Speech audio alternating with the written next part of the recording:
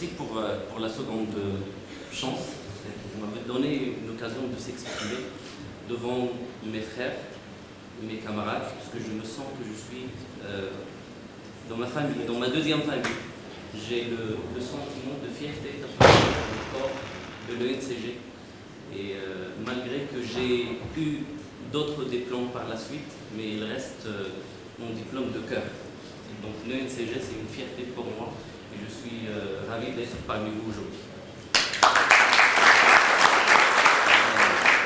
Je tiens aussi à m'excuser auprès du cher Léopold, parce que je ne peux pas m'empêcher de m'exprimer en arabe. Et donc, parce que je ne veux pas rater cette occasion aujourd'hui, je passe le maximum de messages. Je suis désolé, donc, pour passer le maximum de messages à mes frères. C'est l'objectif de cette séance, n'est-ce pas? Donc, je voudrais passer des messages de cœur à cœur, comme j'ai l'habitude de faire, sans protocole, sans effet de vitrine, si vous voulez. Quand le comité d'organisation m'a contacté pour m'inviter à cet événement, ils m'ont dit si tu peux raconter ton histoire, mon parcours. Je me suis dit, ok, bon, sur le principe ça ne me dérange pas, mais peut-être que j'ai eu l'occasion déjà de le faire à maintes reprises, et donc certains de vous ont déjà vu peut-être une des vidéos ou plusieurs, parce que je suis quand même actif sur les réseaux sociaux, sur le web.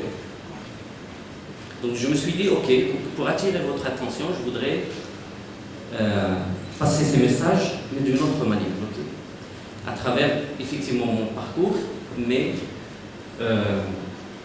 en essayant un peu de vous donner la synthèse de mon parcours. En essayant de résumer, parce que 18 minutes, comme le comité d'organisation l'impose, ne peut pas résumer une vie de 38 ans. Aujourd'hui, j'ai 38 ans, j'ai 2 enfants, je suis marié, c'est comme ça que je me définis. Le reste, pour moi, c'est un détail. C'est le parcours d'une vie et c'est des hauts et des bas. Donc comme il fallait que je choisisse un titre à ma présentation, enfin, j'ai choisi que... ça peut être une citation, mais je l'ai un peu modifiée. La vie n'est pas linéaire. La vie, enfin notre vie n'est pas linéaire. Simplement dans le sens où, dans l'équation de vie, Léopold a parlé de l'équation de vie, dans l'équation de vie, 1 plus 1 ne peut jamais être égal à 2, ni à 3 comme vous pouvez le croire, ni à 5, ni à 10, ni à moins 10. On contrôle en fait les deux, donc A plus B de l'équation, on les contrôle, d'accord? C'est très fort, on ne peut pas dire que enfin, la vie elle est simple ou la vie elle est difficile, donc on les contrôle. Mais il y a un troisième inconnu que nous, on ne maîtrise pas. C'est ce que j'appelle la seconde chance. Et moi, dans mon parcours, j'ai eu... pour ne pas dire des milliers et des millions, j'ai eu plusieurs secondes chances. Chaque jour, c'est une seconde chance. Donc j'ai choisi un peu de raconter mon parcours en le scindant en plusieurs étapes. D'accord? Plusieurs étapes. La première étape, c'est ce que je suis aujourd'hui. Enfin, pas ce que je suis, mais mon métier aujourd'hui. Je suis directeur des services et des opérations recherche et développement chez la Tchunch, enfin, pour ne pas citer le nom et faire de la publicité. C'est une société, c'est une multinationale de référence. C'est une multinationale française, présente au Maroc. Et la filiale marocaine est responsable de l'Afrique aussi. Donc nous sommes l'antenne du groupe au niveau de l'Afrique. Mais aussi on est présent en Europe, en Amérique, etc. Donc c'est vraiment une société de référence. Et jusqu'à aujourd'hui, croyez-moi, je ne réalise pas que je suis directeur des services et des opérations recherche et développement de cette société. Je vous le jure. Jusqu'à aujourd'hui. Pourquoi? Parce que en avril 2019, j'ai clôturé un chapitre dans ma vie. D'accord.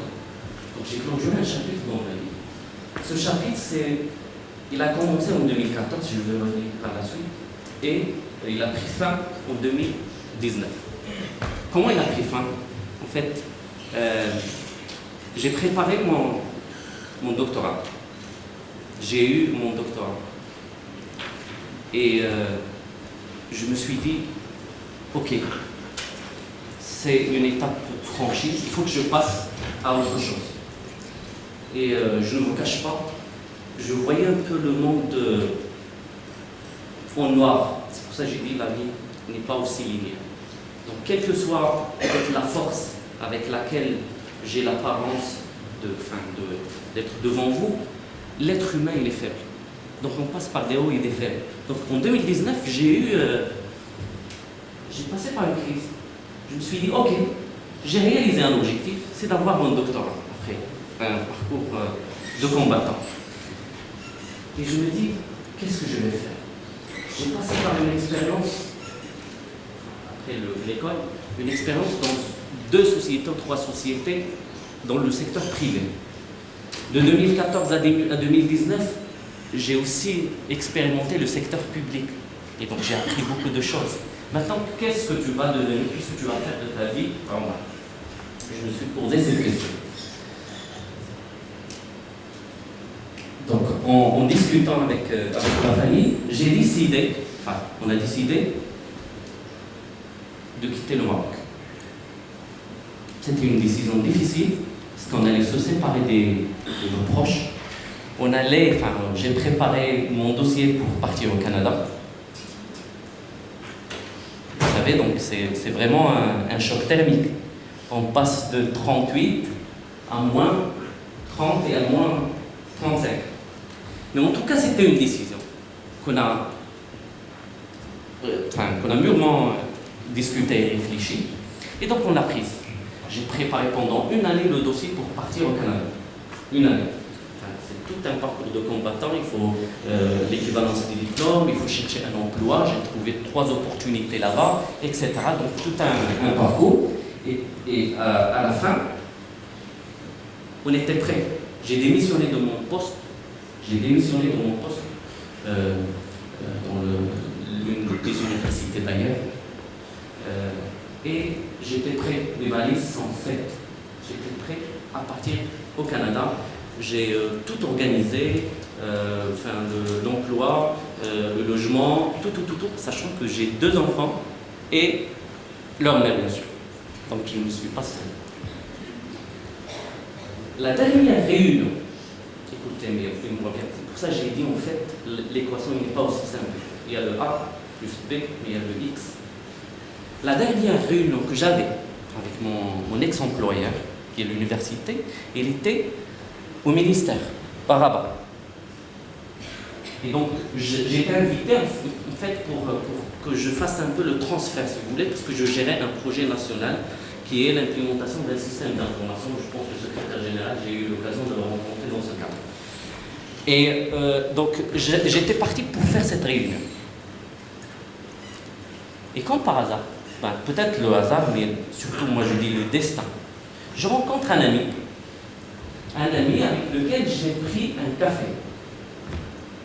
Il m'a dit, qu'est-ce que tu fais? Qu'est-ce que tu deviens? Je dis, ok, là je suis en chômage un peu, entre guillemets, et j'ai tous mes papiers pour partir. Il me reste 2 mois, 3 mois pour partir au Canada. Il m'a dit, d'accord, pourquoi tu veux partir? Je lui ai dit, parce que franchement, je ne vois pas de raison. J'ai tout vu, j'ai tout expérimenté, donc pratiquement il ne me reste plus rien. Je dois voir ailleurs. Et surtout que au sein de l'université, j'avais la possibilité, d'ailleurs on a parti plusieurs voyages, j'avais la possibilité de découvrir un peu l'Europe. J'étais parti en Portugal, en Pologne, en France, et donc l'étranger un peu, l'expérience étrangère m'a attiré. Donc je me suis dit, ok, هذه مجربة وين ياك عمر انت دوزتي كاع المحاين ديال الدنيا وديال العالم vas-y fonce. Donc je lui ai raconté un peu l'histoire. Il m'a dit, Omar, tu es sûr? Rien à perdre. Rien à perdre. On va aller, on va tenter l'expérience. Et si ça ne marche pas, je reviens tranquille. Je reprends mon activité de salade. Tranquille. Il m'a dit, écoute, je te connais. Tu ne vas pas réussir là. Pourquoi? Comme ça, moi je te dis que tu ne vas pas. D'accord? Qu'est-ce que tu me proposes, Mohamed? Il m'a dit, d'accord. Tu dirais quoi si on te propose un poste? Ok, d'accord. Et pour l'occasion, en fait, c'était un ex-collègue au sein de la société où j'allais travailler de 2007 à 2012, 2014, pardon, avant d'aller à l'université. Donc il m'a dit, je te propose un poste. Je lui ai dit d'accord, ok. Donc il m'a donné en fait rendez-vous avec la directrice générale. J'étais parti la voir et j'étais d'accord, ok, pourquoi pas. Donc c'était une offre alléchante financièrement et le cadre était agréable, etc. C'est une multinationale. Et je me suis dit, ok, parfait. J'ai mis le projet d'immigration en stand-by. Et puis j'ai discuté avec la famille, on s'est dit, ok, on va prendre une petite pause et puis si jamais ça ne marche pas, on part au Canada. De toute façon, on a les papiers. J'ai rencontré la directrice, elle m'a proposé un contrat et le lendemain, je reçois un appel. Je reçois un appel d'un autre ami. Il m'a dit, Omar, j'ai entendu que tu es en train de revenir vers la société X. Je lui ai dit oui, on a entendu une offre, donc on a géré un projet et là j'ai eu mon syndicat. Il m'a dit, c'est hors de question que tu rejoignes la société. Je te propose mieux. Viens nous rejoindre, j'ai un poste pour toi et tu vas piloter 32 personnes avec 2 équipes de recherche et développement, une équipe basée à Kazan, une équipe basée à Marrakech et tu vas piloter l'activité Afrique avec tout ce que tu veux comme avantage. Tu es sûr? Elle dit viens, demain tu viens, tu vas voir notre président et à toi de jouer. Je ne croyais pas franchement, c'est hallucinant. Je me dis البارح كنت كنفكر خصني نمشي ما عنديش شنو ندير كيفاش غندير du jour au lendemain. Est-ce que le café était un hasard ou un destin? Est-ce que c'était une seconde chance? Pour moi oui, c'est une énième seconde chance. Et si vous voulez الموعظة من هذه القصة الأولى اللي عاودتكم j'espère que je ne suis pas trop long. أو la morale de la chose de cette histoire. Et là je m'adresse à mes chers frères étudiants. Faites de votre mieux. Faites de votre mieux. Le A plus B. Le X, هو رجل راسه. D'accord. C'est mon premier conseil. Et moi, la deuxième plutôt, c'est que faites le même chiffre. Quelle que soit votre expérience, là où vous passez, laissez votre place, comme on dit, clean. D'accord? Pourquoi? Parce qu'en fait, les 2 options, les 2 offres, j'en ai des ex-collègues que j'ai quelque part croisés dans mon parcours. Et donc finalement, le monde est petit. Donc si par hasard j'avais quelque part failli en fait ou foirer cette relation, cette opportunité n'allait pas se présenter. J'ai changé ma vie. Aujourd'hui, j'ai laissé tomber mon projet d'immigration et entre-temps, j'ai été promu au niveau de la société et je suis devenu aussi directeur delivery. Donc, je suis responsable de toute l'activité projet et j'accompagne aujourd'hui des entreprises au Maroc, des organismes publics, mais aussi dans notre chère Afrique. Aujourd'hui, une entreprise marocaine est en train de piloter un projet avec mon équipe, un projet de digitalisation de l'état civil du Mali. Tout un pays Aujourd'hui, j'ai cette responsabilité, j'ai l'honneur de porter cette responsabilité de représenter le Maroc pour aider nos frères et nos confrères.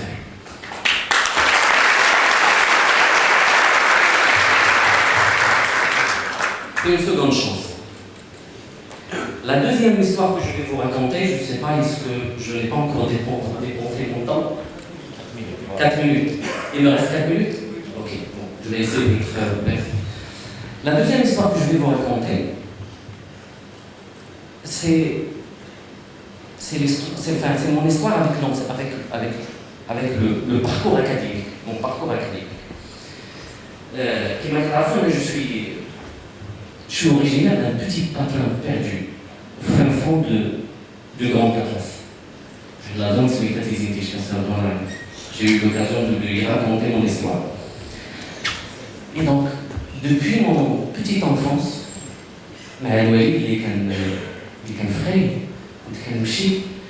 mon souci c'était d'exceller dans l'éducation, dans l'enseignement et de réussir ma vie dans ce domaine.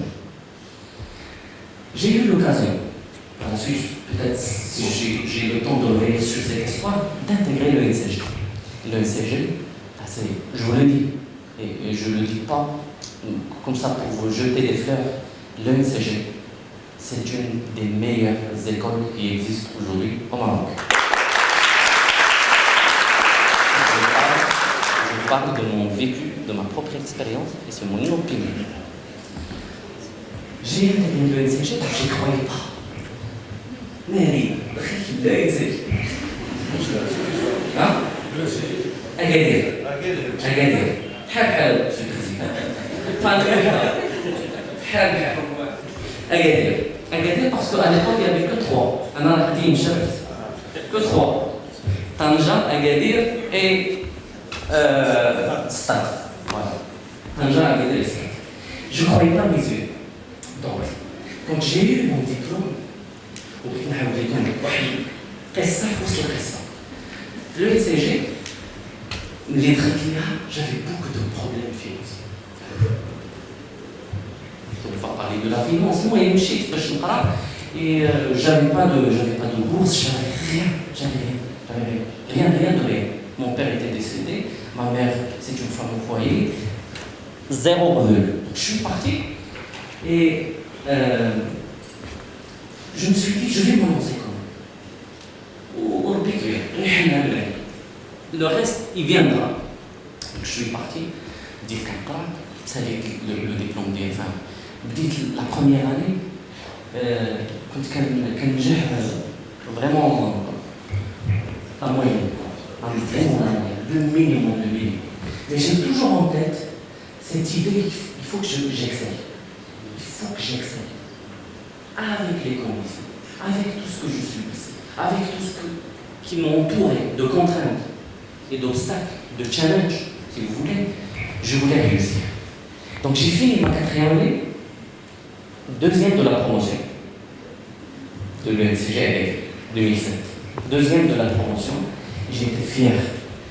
Mais je ne voulais pas arrêter, c'est pas l'histoire principale que je voulais vous raconter. Je ne voulais pas m'arrêter là tout de suite.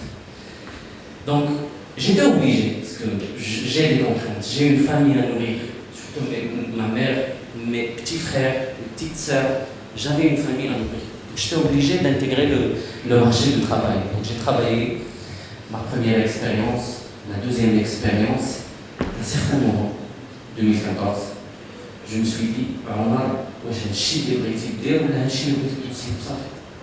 tu as une carrière, tu as une voiture, tu as une maison. J'ai eu ma première petite fille, qui a aujourd'hui 8 ans. Ça fait un chiffre de Brexit tout seul, non? Et j'ai eu encore la chute. J'ai 2019, j'ai 2014. Une chute.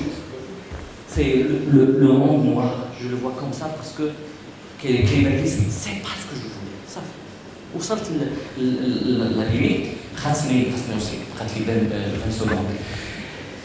Donc je ندير. وانا نفكر اني كان عندي un objectif, c'est de continuer mes études. Après نكمل قرايتي. Qu'est-ce que j'ai fait? Il fallait que je prépare, parce qu'il n'a pas plus qu'un. Donc il fallait que je prépare le master, et il fallait que je prépare le doctorat aussi. Je voulais continuer jusqu'au bout. Et là, il y a un chirurgien fort. Doctorat, je voulais aller jusqu'au bout. Donc, j'ai fait un peu le calcul. Si je reste dans le privé, j'étais responsable du pôle organisation publique au sein de la première société. Et je n'avais pas de temps. C'est vraiment des plannings très chargés. Je ne peux pas continuer mes études. Bon, je peux faire un master, mais ce n'est pas un master de recherche. Je peux faire un master week-end ou autre, mais ce n'est pas ça ce que je voulais. Donc je me suis dit, il faut que tu changes de métier. Et c'est là où est venue l'idée de changer le métier. Et c'était une décision courageuse à prendre. Je vous dis pourquoi. Parce que je me suis dit, si je veux continuer mes études et intégrer un peu un système pour que je puisse continuer à l'aise mes études, il fallait que je diminue mon salaire de 70%. 70%. Donc 30%, je l'ai considéré comme une bourse pour que je puisse continuer mes études. J'ai préparé mon master et mon doctorat en 4 ans. 2 ans master et 2 ans et demi pour le doctorat que j'ai soutenu au niveau de la 3e année. Pour vous dire en fait que croyez en vos compétences, croyez en Dieu aussi, mais ne vous dites jamais que c'est la fin de votre pas. Quand vous arrivez au bas, il faut rebondir. C'est ça l'essentiel et c'est ça la vie. C'est ce qui fait que la vie n'est pas linéaire et que des milliers et des milliers de secondes de chance nous sont données chaque jour et chaque jour. Une dernière rapidement histoire. Je suis désolé de déborder. Je m'en souviens plus. C'est inquiétant. J'ai beaucoup de choses à partager. Je suis désolé. Vraiment.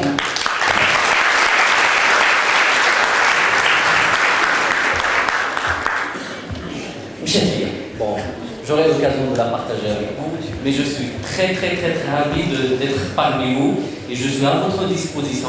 Je suis là pour vous aider, je serai là pour vous aider. N'hésitez pas à me contacter, je suis quelqu'un de très connecté et à votre disposition.